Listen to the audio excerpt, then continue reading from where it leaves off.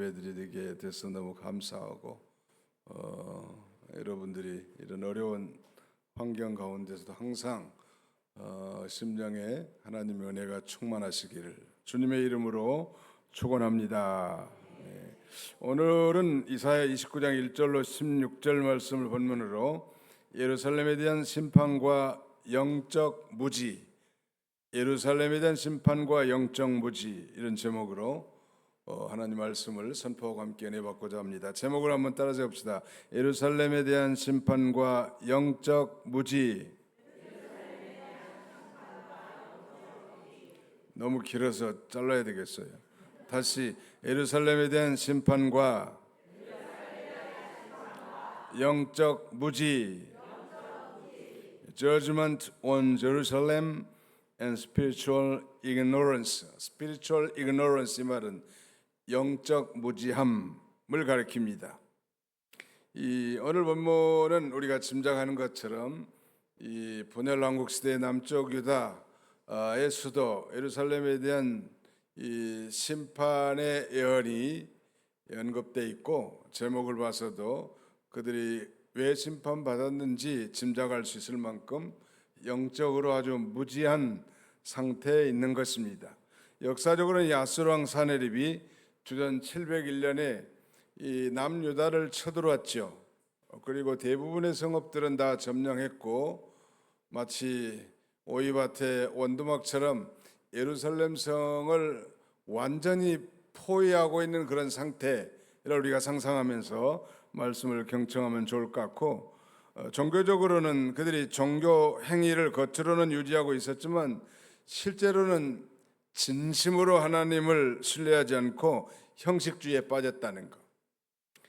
또 정치적으로는 이 애굽과 동맹을 맺어서 아수르를 견제해 보려고 했는데, 하나님께서는 이 애굽을 의지하지 말고 하나님만 의지하도록 이렇게 촉구하고 있는 것입니다. 우리는 사람이나 무슨 세력을 의지하는 존재들이 아니, 하나님보다 더 의지하는 모든 것들이 다 우리가 배운 대로 우상이라고 했으니까요. 하나님만 절대 신뢰하고 나가는 그런 그리스도인들이 돼야 할 것입니다. 오늘 본문은 먼저 이 하나님의 선민 유다가 원수들, 즉 아수르의 침략을 당해서 피폐하게 되지만 하나님의 기적적인 역사와 간섭으로 회복되게 될 걸 언급하고, 그 다음에는 유다가 더욱 책망을 받아야 할 필연적인 원인은 바로 영적 무지, 즉 신앙의 타락에 있단 말이에요. 영적 불감증, 이건 참 무서운 거죠. 또 외식적이고 형식적인 성도들의 자기 기만, 또 거짓을 좋아하는 자들이 하나님까지 속이려고 하는 그런 악한 시도, 이런 것들이 언급되어 있습니다. 세 부분으로 나눠질 수 있는데 1절부터 4절까지는 예루살렘의 낮아짐에 대해서, 5절로 8절까지는 대적의 헛된 공격에 대해서, 세 번째는 백성의 영적 무지에 대해서 9절로 16절, 1절로 4절까지는 예루살렘이 낮아졌단 말. 그러니까 하나님을 의지하지 않고 세상 세력을 의지하고 돌아가기 때문에 저 아수르의 침략을 받아서 비참하게 된 거 일순간.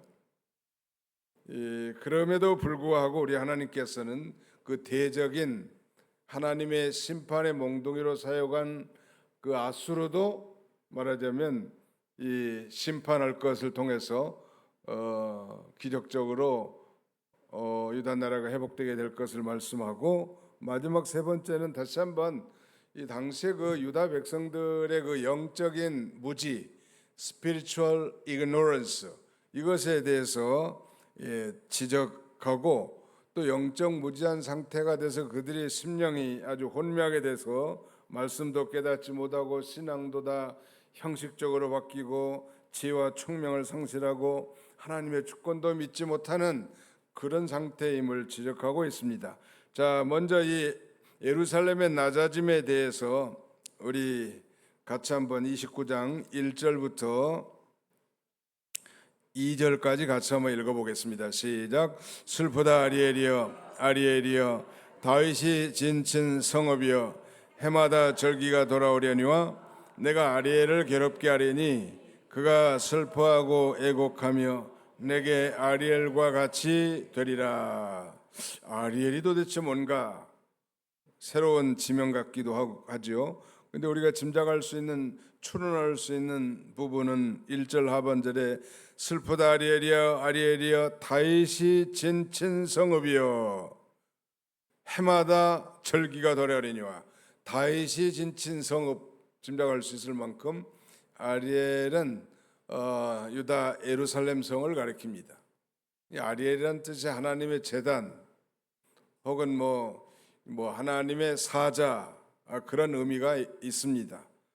아무튼 이 예루살렘의 별칭인데 축복받은 도성 예루살렘 성으로 하여금 이렇게 이사야 선지자가 슬픈 노래를 부른 것은 그들의 정황이 어떠하며 그들이 맞을 환란이 어떤가를 짐작할 수 있겠죠. 이들은 해마다 절기를 지키는 이 도성이란 모든 남자들은 1년에 3차씩 6월절과 77절 그리고 초막절에 아리엘에 올라와서 하나님 앞에 베이고 절기를 지켰단 말이에요. 그런데 우리 하나님이 2절 보니까 내가 아리엘을 괴롭게 하리니 그가 슬퍼하고 애곡하며 내게 아리엘같이 되리라. 왜 이렇게 하나님의 도성, 그 빼어난 성 예루살렘을 괴롭게 했을까? 그 결과를 우리가 잘 알지만 그들이 범죄하고 영적 무지한 상태로 돌아가기 때문에 하나님이 징계하신 것입니다. 징치하신 거예요. 그거 보면 징계는 자기 백성들을 향한 하나님의 사랑의 표시고 회복을 위한 하나님의 자비라 할 수 있습니다. 우리 성도들이 일생을 살면서 하나님을 거역하고 돌아갈 때 자주 하나님의 징계를 받곤 하는데 그것은 우리를 회복시키기 위한 하나님의 간섭이. 그래서 성경은 징계가 없는 자는 사생자라고 하지 않았습니까? 애비 없는 아들, 좀 속된 말로 말하면 말이죠. 다 그런 건 아니지만 아무튼 이 간섭을 받지 않고 제멋대로 자랄 수밖에 없음을 그렇게 비유한 것인데요.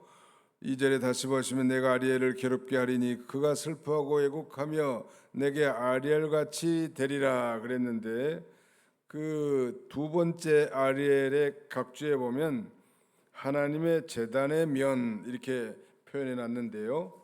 아리엘은 이 제단 아래로 떨어진 제물의 피가 모여서 불타도록 만든 하나의 그 화상인데 소위 번제단 화로라고도 할 수 있겠네요. 그것처럼 이제 아리엘같이 되리라. 하나님의 심판을 받아 이제 예루살렘 성이 우리가 나중에는 주전 586년에 이제 완전히 다 불타지 않습니까? 그것처럼 비참하게 될 것을 이렇게 상징적으로 표현한 거고, 이 예루살렘을 아리엘이라고 하는 건 소위 은유적 표현입니다. 뭔것은 뭔것이다. 이거 은유적 표현이. 예루살렘은 다른 명칭이 바로 아리엘이라고 한다는 거. 그런데 2절 하반절에 아리엘같이 되리라 하는 그런 면에 있어서는 바로 그 제단으로 떨어진 제물의 피가 모여서 불타도록 만든 그런 번제단의 하루처럼 그야말로 형식적인 예배를 드리고 하나님을 멀리 떠난 유다가 불에 탄 아리엘처럼 될 것을 말하자면은 묘사하는 그런 그 상징적 표현이라고 할 수 있고 대단히 경종을 울리는 그런 표현이라 할 수 있겠죠. 두려운 말씀이죠. 아주 화로의 채가 되게 하겠다는 거 아니에요. 말하자면 그 번제단의 짐승을 잡으면 피가 뚝뚝 떨어질 거 아니에요. 그러면 그 피가 떨어진 이 말하자면 그 화로 같은 게 있을 건데 그것도 이제 다 태워서 궁극적으로는 재가 되게 만드는 건데요. 그것처럼 예루살렘이 범죄하고 하나님을 떠나고 영적인 이 불감증, 타락으로 돌아가니까 하나님이 그렇게 심판할 것을 이 은연중에 이렇게 예언하는 두려운 말씀이라 할 수 있겠습니다. 여기 해마다 절기가 돌아오려니 한 거 보면 백성들이 형식적인 절기를 잘 지켰지만 신앙은 껍데기에 불과했고 마음은 하나님에게서 멀어져 있단 말이에요. 이 진정한 제단의 삶은 마음을 드리는 헌신입니다. 자, 유명한 성구 우리가 여덟 만한 성구 한 절을 꼽는다면 13절인데요. 13절은 요절입니다. 우리 같이 한번 읽어봅시다. 13절 시작. 주께서 이르시되 이 백성이 입으로는 나를 가까이하며 입술로는 나를 공경하나 그애들의 마음은 내게서 멀리 떠났나니 그들이 나를 경외함은 사람의 계명으로 가르침을 받았을 뿐이라. 한 번 더 읽어봅시다. 요절이니까 시작. 주께서 이르시되 이 백성이 입으로는 나를 가까이하며 입술로는 나를 공경하나 그들의 마음은 내게서 멀리 떠났나니 그들이 나를 경외함은 사람의 계명으로 가르침을 받았을 뿐이라 그랬습니다. 거기 보시면 이 가까이하다 또 공경하다, 이건 어떻게 보면 공적인 예배를 의미하는 단어들이거든요. 주께서 이르시되 내 백성이 이 백성이 입으로 나를 가까이하며 입술로 나를 공경하나. 중요한 건 그들의 마음은 내게서 멀리 떠났나니 그들이 나를 경외하면 사람의 계명으로 쳤음을 얻었을 뿐이라. 정작 참된 종교의 핵심은 마음과 하나님에 대한 경외심 아니요? 마음, 오늘 시간에 뭐 수요일날이 무덥고 힘든 가운데서 예배에 참여한 여러분들은 언어와 행위가 일치된 분들이라고 믿고 싶습니다. 우리 하나님은 언어와 행위가 불일치하는 걸 싫어하세요. 일치하는 거. 우리 또 뭐 요한 1서에 보면 이 형제를 사랑하되 말과 혀로만이 아니고 행함과 진실함으로 하라고 하지 않았습니까?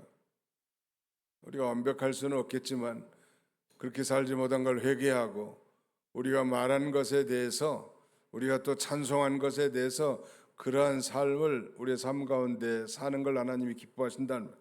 그러니까 이 마음과 경외함, 이게 다 빠져버린 거 말하자면, 성경은 하나님을 우리가 섬기되 마음을 다하고 성품을 다하고 뜻을 다하고 목숨을 다하여 주 너희 하나님을 사랑하라 말씀하셨는데 마음이 다 빠졌단 말이에요. 경외심도 빠진 거예요.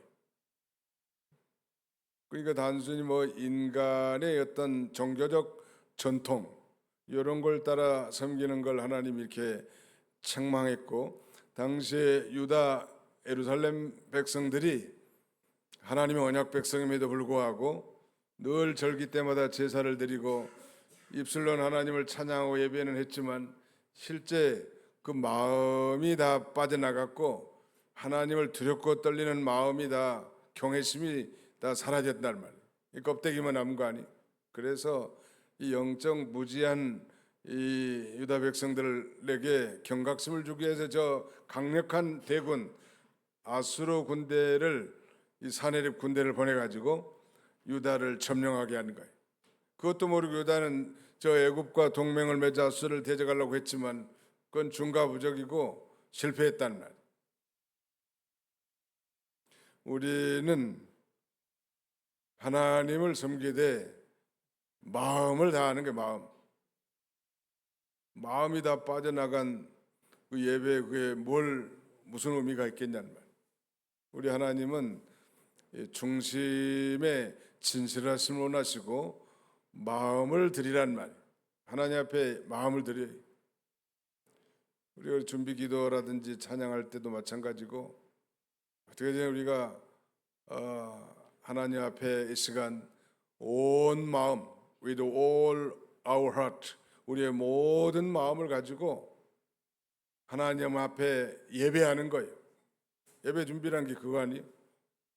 우리가 예배 준비할 때 우리가 다 같이 기도합시다. 여러 가지 기도 많이 하는데 가장 중요한 것은 우리 마음을 온전히 하나님께로 향하여 마음과 정성과 뜻과 힘을 기울여 우리 하나님이 받으심직한 예배가 되도록 해야 된다. 다른 건 다 부수적인 거예요. 그 준비를 위해서 우리가 준비 찬송도 하고 회개도 하고 그러는 거 아니겠습니까? 예수님 이 말씀은 신약에도 여러 번 인용될 만큼 특별히 바리새인들과 서기관들의 그 외식을 날카롭게 예수님이 지적했단 말. 그들은 뭐 구제나 그 다음에는 기도 그리고 금식에 있어서는 철저했는데 외식하는 거에 말하자면.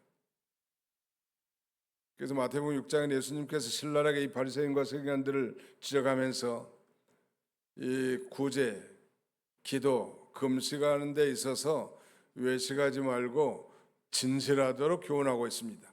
우리 한번 따라서 합시다. 외식하지 말고 진실합시다. 하나님 앞에 뭐 숨길 게 뭐 있냐는 말이에요.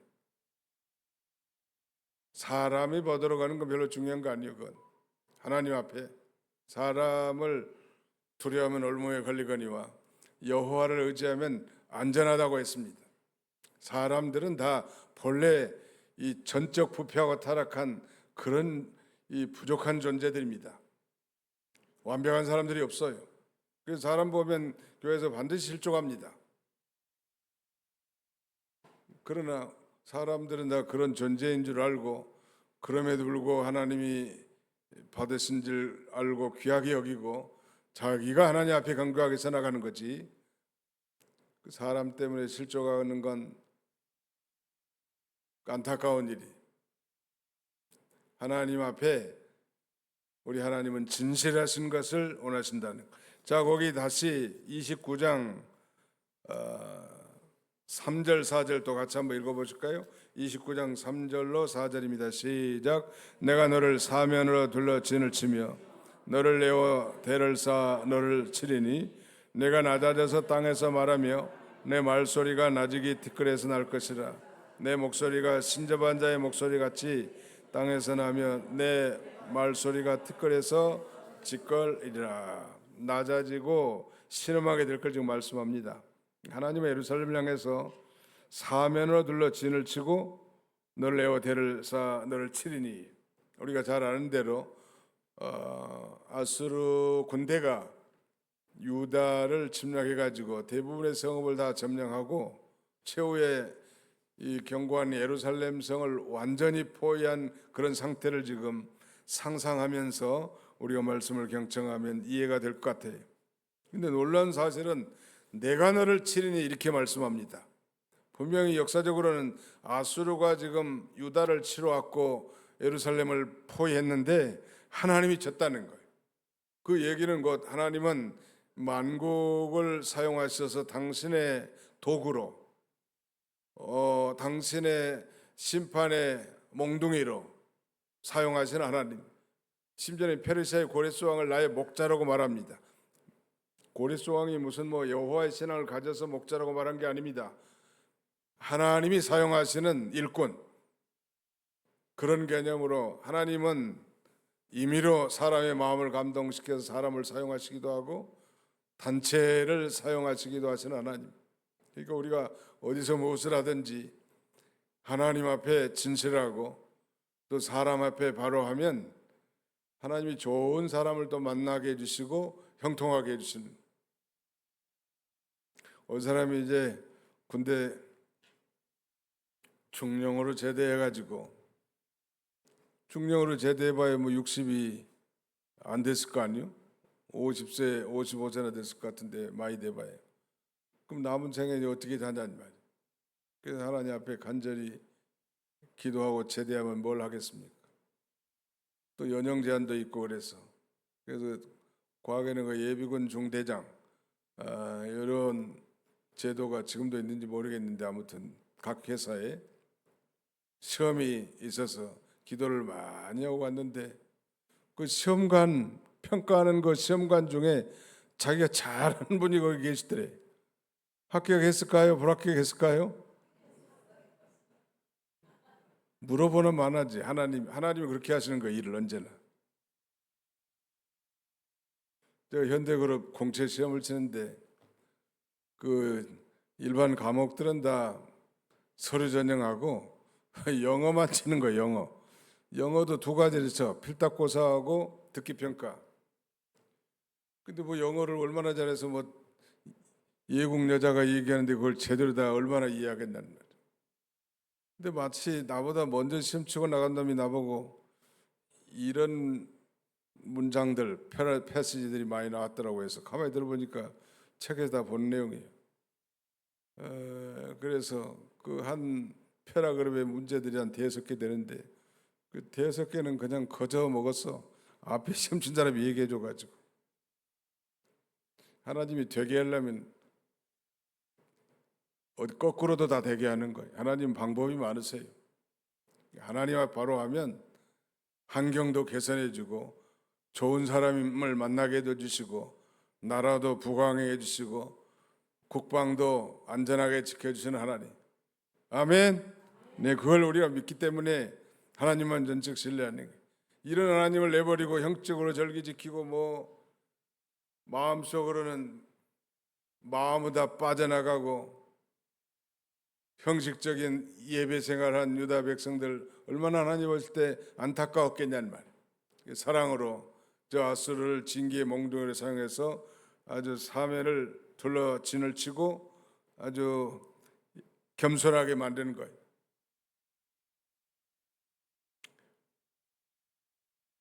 5절로 8절을 보겠습니다. 29장 5절로 6절 같이 읽습니다. 시작. 그럴지라도 내 대적의 무리는 세미한 티끌 같겠고 강포한 자의 무리는 날려가는 겨 같으리니 그 일이 순식간에 갑자기 일어날 것이라. 만군의 여호와께서 우레와 지진과 큰 소리와 회오리 바람과 폭풍과 맹렬한 불꽃으로 그들을 징벌하실 것인즉 그랬습니다.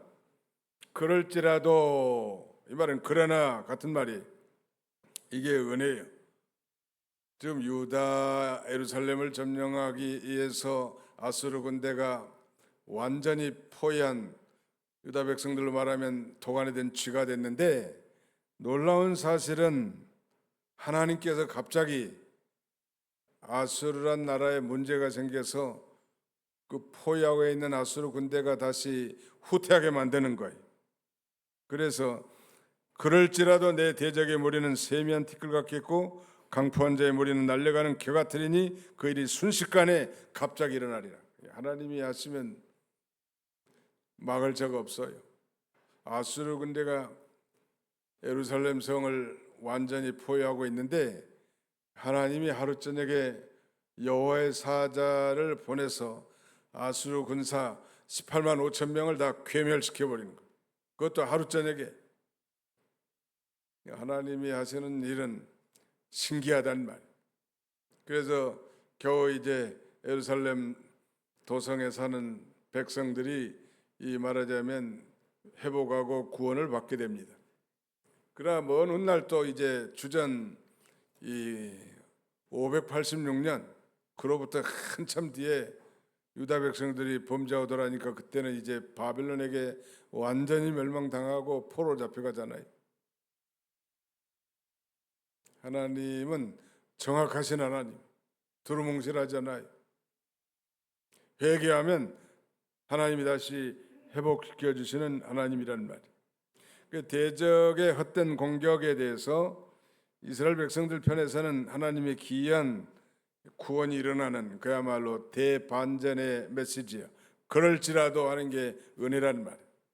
비록 내가 범죄하고 정말 징계 가운데 있지만 그럴지라도 하나님은 그 심판의 몽둥이를 꺾어버리시는 하나님이란 말이에요. 이 심판의 몽둥이 역할도 잘해야지.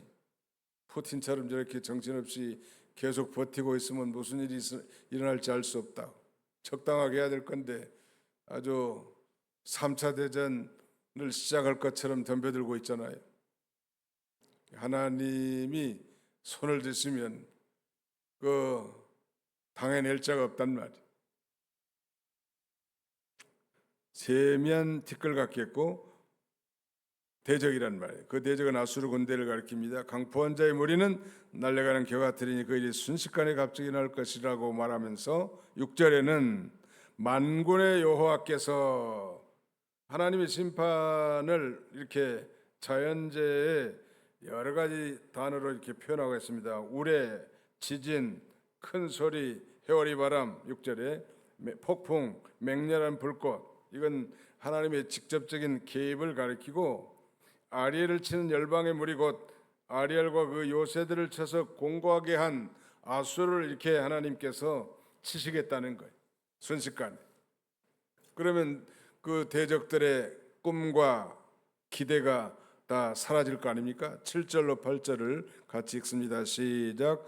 아리엘을 치는 열방의 무리 곧 아리엘과 그 요새를 쳐서 그를 곤고하게 하는 모든 자는 꿈같이 밤의 환상같이 되리니 줄인 자가 꿈에 먹었을지라도 깨면 그 속은 여전히 비고 목마른 자가 꿈에 마셨을지라도 깨면 곤비하며 그 속에 갈증이 있는 것 같이 시온산을 치는 열방의 무리가 그와 같으리라. 예루살렘 쳐서 괴롭게 하던 그 대적들, 아수르 세력들이 여기 예루살렘을 점령하면 이제 큰 승리와 또 승리로 말미암은 전리품을 기대했겠지만 그것은 마치 밤의 환상과 같이 사라질 걸 가리킵니다.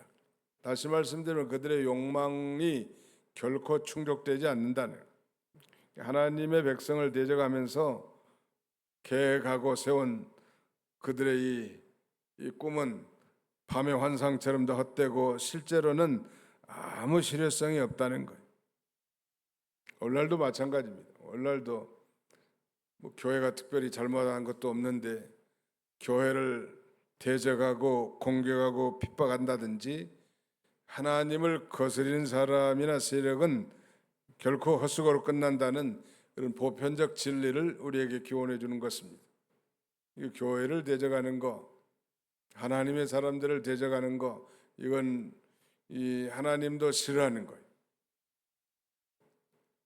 비록 아수르라는 나라를 하나님이, 아수르는 역사적으로 아시리아를 성경적 지명표기로 아수르라고 하는데 오늘날로 말하면 미국 정도 되는 거예요. 옛날 아시리아는. 이런 이 대제국을 들어서 자기 언약 백성을 잠깐 징치하고 심판의 몽둥이로 사용했지만 그 심판의 몽둥이가 지 맘대로 한다든지 하나님은 세 대만 때리라고 했는데 한 300대를 때려가지고 그만 죽게 만든다든지 그러면 하나님이 가만 아니다는 말이에요. 그러니까 몽둥이는 몽둥이 역할도 잘해야 돼. 하나님은 세 대만 때려서 정신 차리라 그랬는데 거반 반 죽게 두들겨가지고 죽게 만들면 그놈 죽이는 거 이제. 내가 너보고 죽이라고 했냐? 경각심만 주라고 했지. 하나님이 그렇게 우리를 사랑하는 거예요.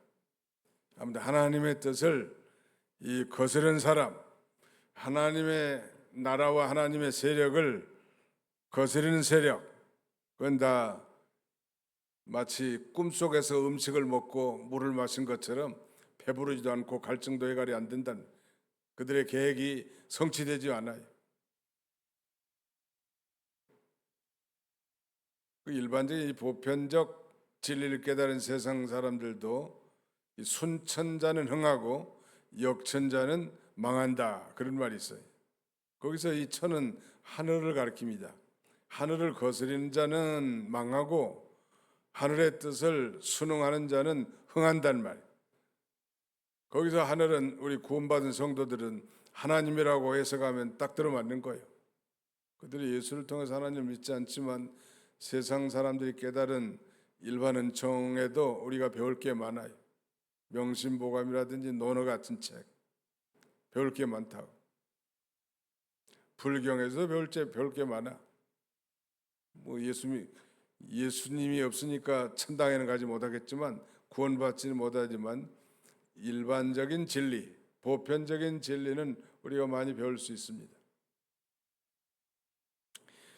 9절로 16절까지 마지막 부분에서는 백성의 영적 무지에 대해서, 무지가 사람 죽이는 거예요.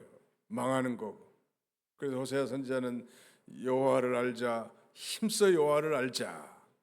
우리가 신앙생활 오래도 정말 힘써서 여호와 하나님을 알고 예수 그리스도를 닮아가기 힘쓰는 사람들은 성숙해 있지만 오래 교회는 나왔어도 영적으로 미숙하고 또 영적 무지한 그런 상태에 있는 사람들이 참 많은데, 그걸 지금 지적하고 결국 이 무식하면 용감하다고 하나님의 뜻을 준행하지 못하기 때문에 하나님의 징계를 받는 것입니다.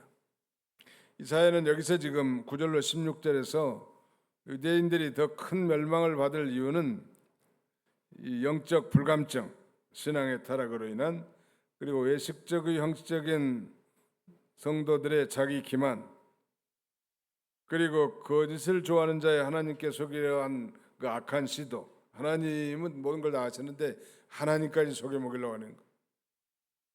그걸 지금 말하는 겁니다. 9절로 10절 같이 한번 읽어볼까요? 시작. 너희는 놀라고 놀라라. 너희는 맹인이 되고 맹인이 되라. 그들의 취함이 포도주로 말미암이 아니며 그들의 비틀거림이 독주로 말미암은 것이 아니니라.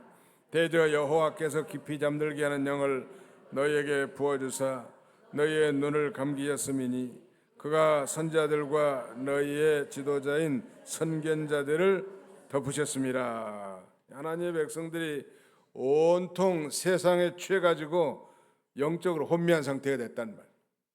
그런데 놀라운 사실들은 이렇게 돌아가니까 하나님께서 깊이 잠들게 하는 영을 부어줘가지고 영적인 눈을 감기게 하고, 그 다음에 심지어는 백성들만이 아니라 지도자들, 선지자나 선견자들까지도 그 눈꺼풀을 다 덮어놨단 말. 영등 본지 어디에 보면 그 교회 이름이 영안교회라는 교회가 있어. 그 목사님이 아주 훌륭한 목사님이신데, 영안교회. 영안이라는 건 영적인 눈이죠. 영안이 밝은 사람, 영안이 밝은 성도, 영안이 어두운 성도. 오늘 유다 백성들은 영안이 어두워진 거. 왜냐하면 너무 세상에 취해 돌아가 사니까 영안이 어두워서 정사를 바로 분별하지 못하고 식별하지 못한 상태에 돌아갔는데, 너무 세상에 돌아가니까 하나님이 그 잠들게 하는 영을 부어줬다는 거예요. 그래서 영안이 감기게 만드는 거예요. 나는 요새 영안이 밝은가 어두운가 자문자답해 보시고, 만약에 영안이 좀 어둡다, 분별력이 없다는 건 벌써 내가 세상에 취해 살고 속하되어 있음을 반증하는 것인 줄 알고 회개하고 하나님 말씀으로 다시 돌아가야 돼. 영안이 밝아야 이게 옳은지 저게 옳은지 바로 분별할 수 있을 거 아니에요. 어두우니까 또 하나님께서 이 영안이 어둡게 잠들게 하는 영을 부어줘가지고 영안을 말하자면 감기게 만들어놨단 말. 시편 127편에는 여호와를 사랑하는 자에게 잠을 주시는도다 그랬는데, 그 잠이야말로 평안한 잠이죠. 정말 두렵고 복잡한 그런 세상 가운데서도 휴식하고 안식하는 그런 잠도 하나님이 주시기도 하지만, 이렇게 하나님을 거역하고 말씀을 벗어나서 지 맘대로 살면 영안을 어둡게 만들어요. 눈을 다 감기게 만들고 눈꺼풀을 다 덮어버리는 거예요. 이건 일반 백성이나 지도자들 할 것이다, 그렇게 돌아가는 거예요. 말세가 되면 그렇게 될 것 같습니다. 이런 상태에서는 아무리 성경을 읽어도 무슨 뜻인지 몰라요. 글을 아는 사람도 모르고 글자를 모르는 사람은 더 모르고. 이 성경을 우리 생각에는 유명 대학 나오고 공부 많이 한 사람이 성경을 잘 깨달을 것 같지만 그렇지 않잖아요. 불황무식한 사람이라도 영안이 밝은 성도들은 그 성경을 통해서 은혜를 받고 하나님의 뜻을 밝히 깨닫지만, 그 영안이 감겨 있는 사람에게는 깨닫지 못한다는. 우리 교육자들도 그래서 말씀을 준비할 때 먼저 하나님 앞에 회개 기도부터 하는 거예요. 오늘 증거할 하나님의 말씀에 대한 바른 깨달음을 주시옵소서. 다른 사람에게만 전하려고 하는 것이 아니라 제 자신에게 증거해서 제가 회개하고 은혜 받고 그 말씀을 전하도록 성령께서 역사해 주옵소서.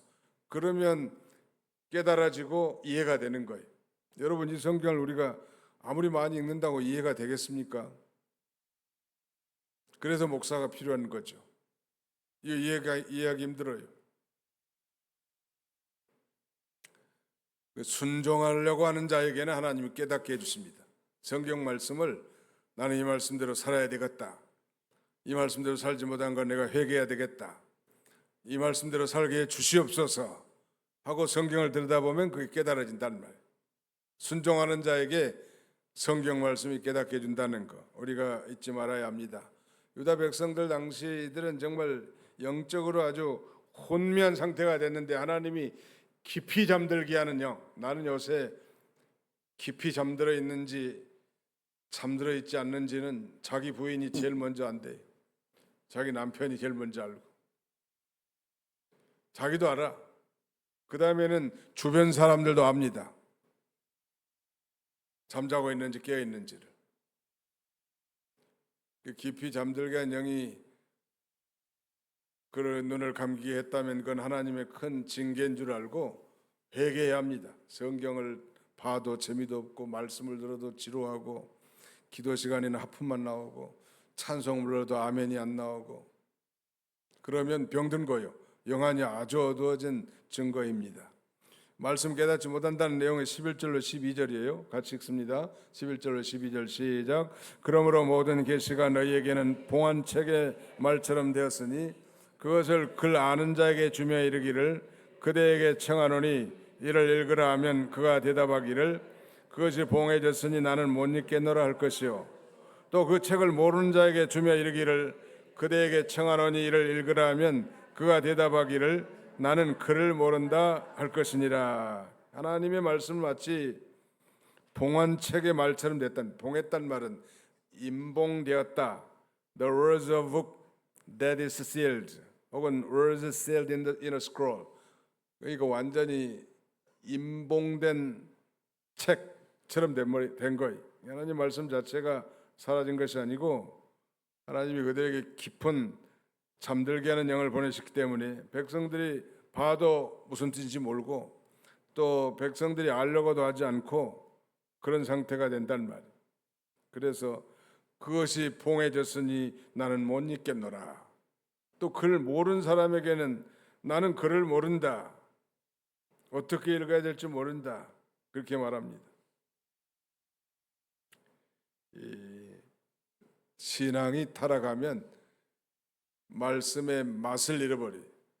그래서 전에 제가 증거한 대로 이 신앙의 3대 위기는 첫째, 은혜를 원망으로 여길 때가 신앙의 위기의 첫 번째라고 했죠. 두 번째는 섞여 사는 무리의 탐욕을 본받을 때. 여기서 섞여 사는 무리는 중단 잡족들입니다. 출애굽 시에 섞여 들어온 이 무리들은 소망이 가나안이 없어요.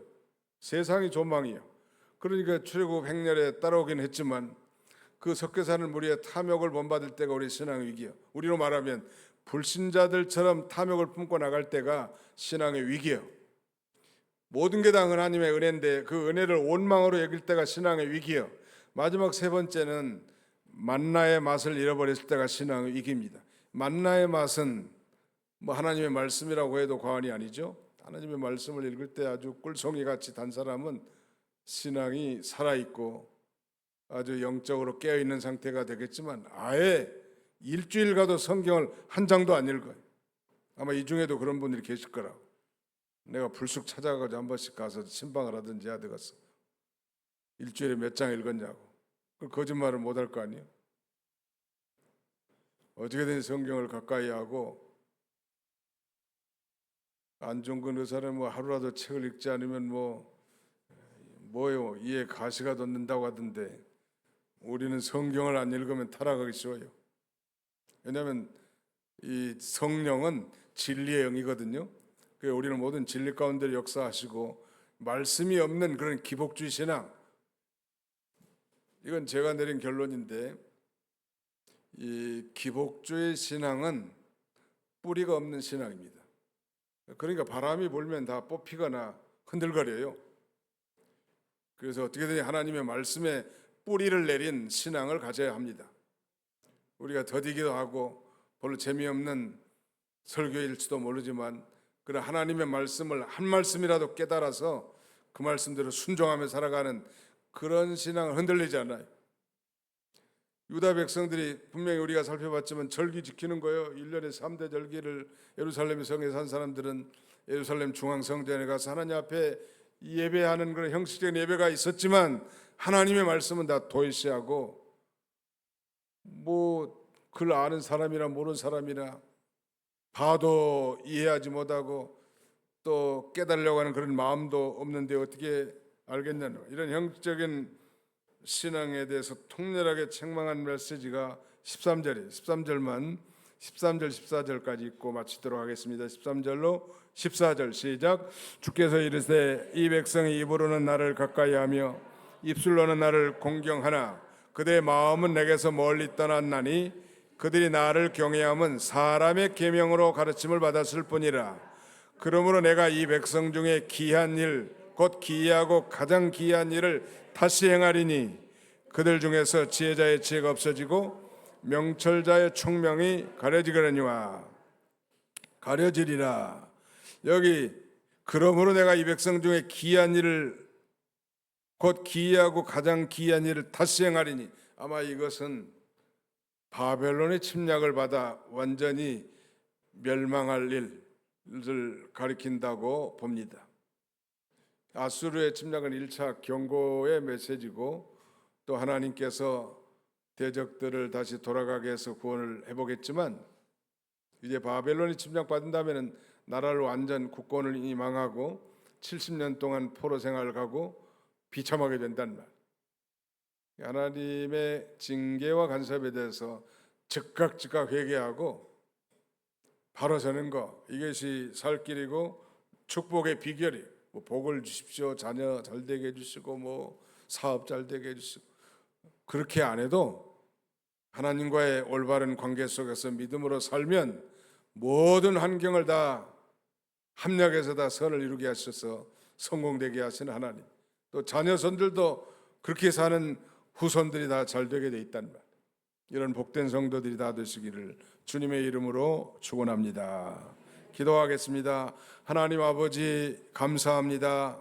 무더운 여름 날씨 가운데 우리들의 건강을 지켜주시고 오늘도 수요 예배 저희들 발걸음을 저 앞으로 인도해 주셔서 예루살렘의 심판과 그들의 영적 무지가 어떠한지를 살펴보면서 반면 교사로 삼아 우리 자신들의 신앙을 점검하게 하신 아버지 하나님 감사합니다. 날마다 아버지의 영적 무감각하고 무력한 인생 살지 않게 해주시고 늘 말씀과 기도를 통하여 우리의 영이 새로워지게 하시며 하나님의 거룩한 뜻을 밝히 깨달아 아버지 그 뜻대로 순종하며 걸어갈 수 있는 우리 모두가 되도록 우리 하나님이 친히 함께 해주시기를 간절히 바라옵곤 합니다. 참으로 하나님이 원하는 것은 우리의 마음이고 우리 하나님을 향한 경외심이라고 했사오니 형식적인 모든 예배와 제사와 봉사와 섬김을 다 타개하고 하나님 아버지 앞에 우리의 마음을 드리고 두렵고 떨림으로 하나님을 섬김으로 하나님의 모든 복을 누리는 우리 모든 권속들이 다 되게 해 주시옵소서. 예수님의 이름으로 기도하옵나이다. 아멘.